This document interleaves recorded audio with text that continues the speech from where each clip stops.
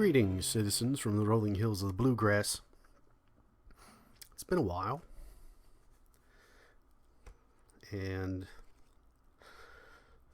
it's amazing the speed at which things can change, and the ideas can bubble to the surface, and you just wonder, when am I going to say something about a subject?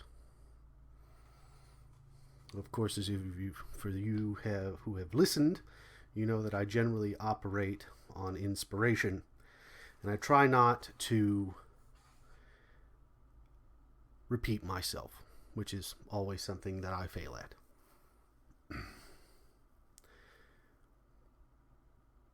But what inspired this was, of course, our fun-loving, lie-spreading group of pirates over at the Lincoln Project and their fun little stunt that they pulled today, October 29th, the year 2021, where they decided that it was a good idea to send some operatives out to a Republican event for governor and parade themselves around like they were a bunch of right-wing extremists.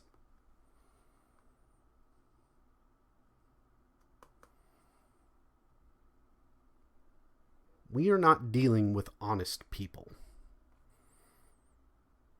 We understand that, right?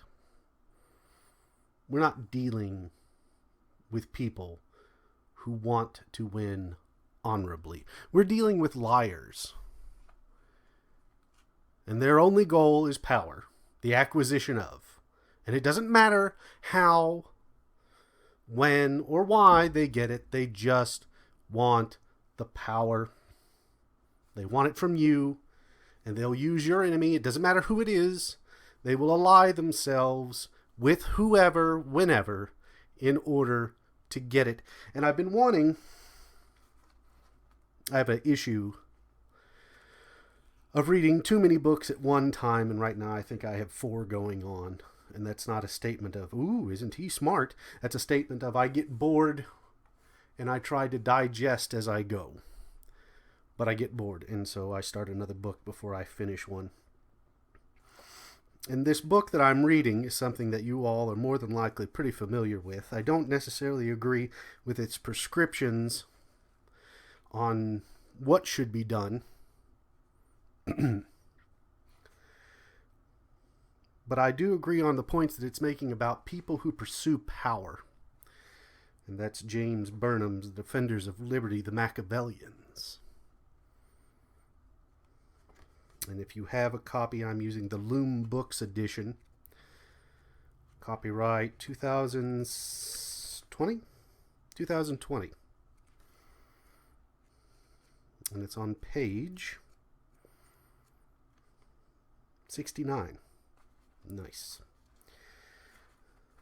But it states this. It may be remarked that the harsh opinion of Machiavelli has been more widespread in England and the United States than it is in the nations of continental Europe. This is no doubt natural, because the distinguishing quality of Anglo-Saxon politics has always been hypocrisy. And hypocrisy must always be at pains to shy away from the truth.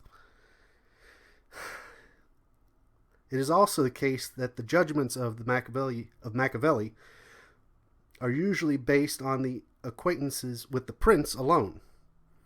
An essay which, though plain enough, can be honestly misinterpreted when read out of context of the rest of his writings. However, something more fundamental than these minor difficulties is at stake. We are, I think, that's Burnham speaking, we are, I think, not only from the fate of Machiavelli's reputation, forced to conclude that men do not really want to know themselves. When we allow ourselves to be taken in by reason after the manner of Dante, we find it easy to believe that such remarks as Aristotle made at the beginnings of his Metaphysics, all men naturally desire knowledge. and to imagine that is self-evident with that knowledge will always be welcomed. But if we examine not what follows from abstract metaphysical principle, but how men behave, some doubts arise. Even in the case of the physical world, knowledge must be often hammered long at the door. Where we are themselves the subject matter, men still keep the door resolutely shut. It may be that they are in this resistance. Perhaps the full disclosure of what we really are and how we act is too violent a medicine.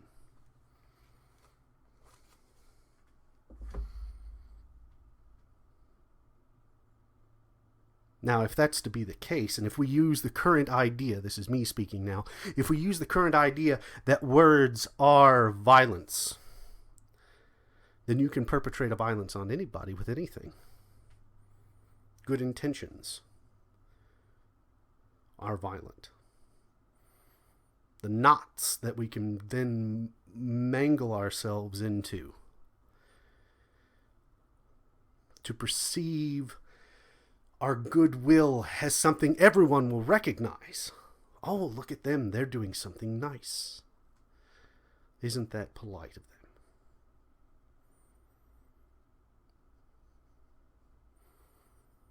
But then they turn around and they pull a stunt like today. And no one will call them on it. People will rail against them. But no one on their side that they've chosen to ally themselves with now will ever say, hey, you guys probably shouldn't have done that. That makes us look bad. No. It'll just be thrown away, done away with, forget, memory hole it. It'll just disappear. And the obfuscation will occur. Oh, but remember all the good things we did? Oh, yeah, I remember that. That was really good. Yum. Really good.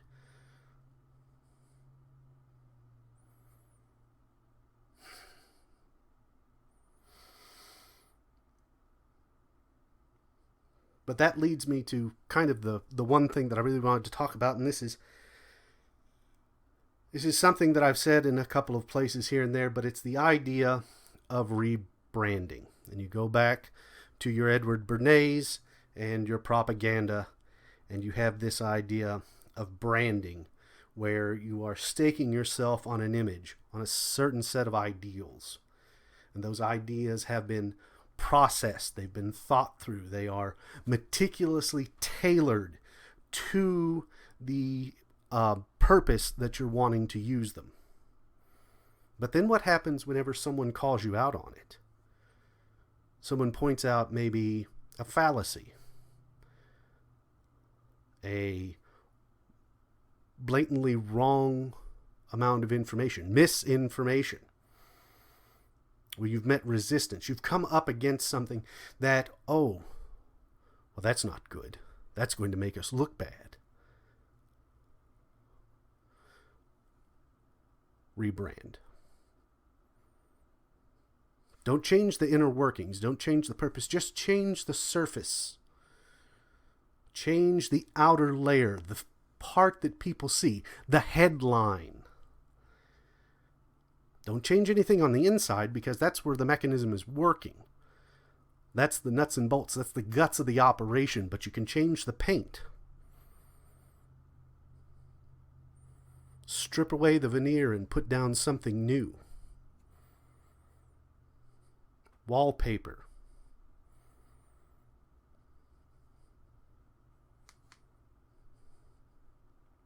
And anytime you meet a bit of resistance, anytime you come across something that challenges you, you rebrand. Change direction. Course correct around the obstacle. Do a better job than the Titanic did. But if you hit the iceberg, make darn well sure that you've got some kind of backup. Make sure that that lifeboat is the same size as the Titanic, so that you can get the heck off of the one that you wrecked and get onto the other one. But instead of it being black and white, it's now orange and pink, or whatever color you want it to be. But now you're on this boat, and this boat sails in a different direction. Rebrand. If you meet resistance, retreat, regroup, and push again.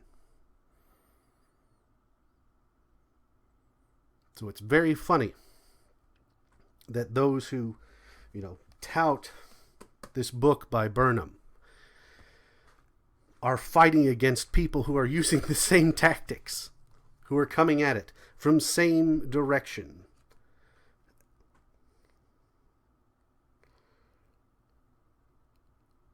And again, the average person is stuck in the middle,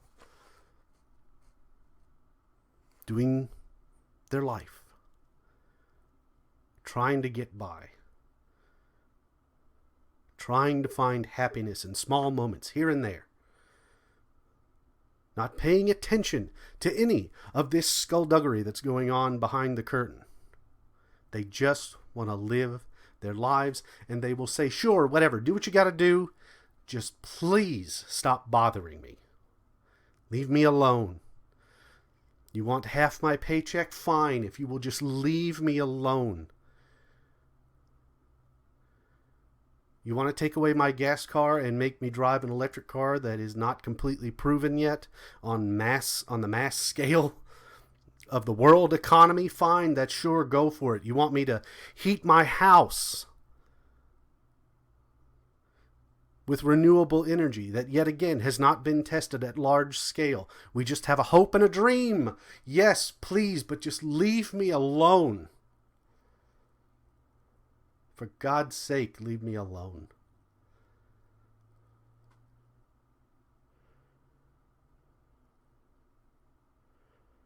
But they won't, because there's always a new program, always a new project.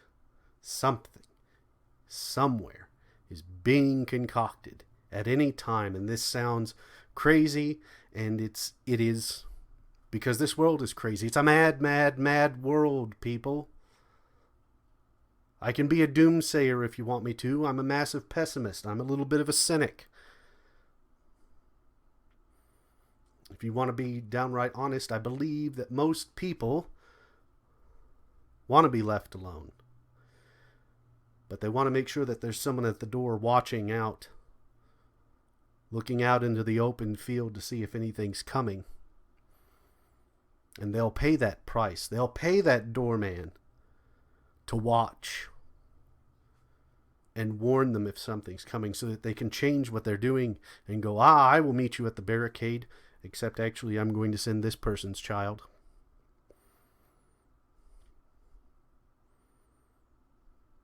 I will send them in my stead. I won't take up my position, but they will.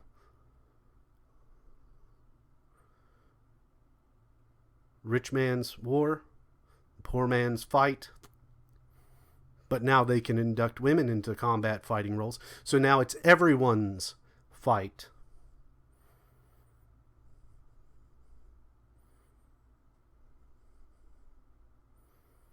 And you wonder why we are so quick to adopt everything that is thrown at us by people we don't even know, strangers. You wouldn't know them if you walked past them on the street, but every day they make choices for you. Every day. And you gladly accept them.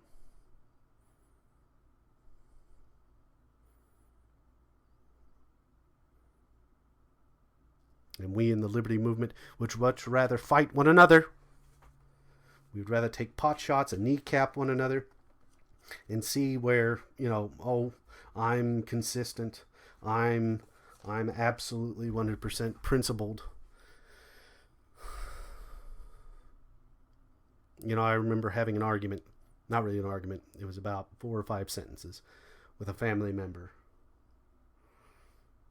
And I think I've talked about this, where he called me a leftist. This was in 2008, during the Ron Paul love revolution. And of course, he was a staunch Republican, and I was still technically a registered Republican. But of course, Ron Paul kind of reset my thinking, where I had evidently gone astray. Not evidently, I had gone astray.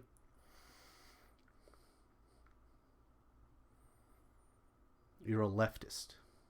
That sounds like liberal talk.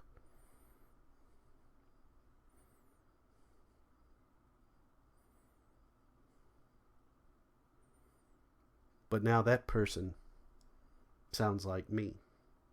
I'm pretty sure I said this in the last video now as I recite it to you again. And that's the dissonance, right? We know it, and we feel it, and we see it. But again, we just want to live our lives. Please, let me live my life.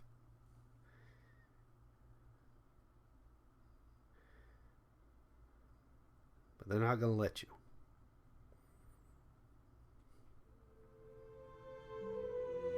Not at all.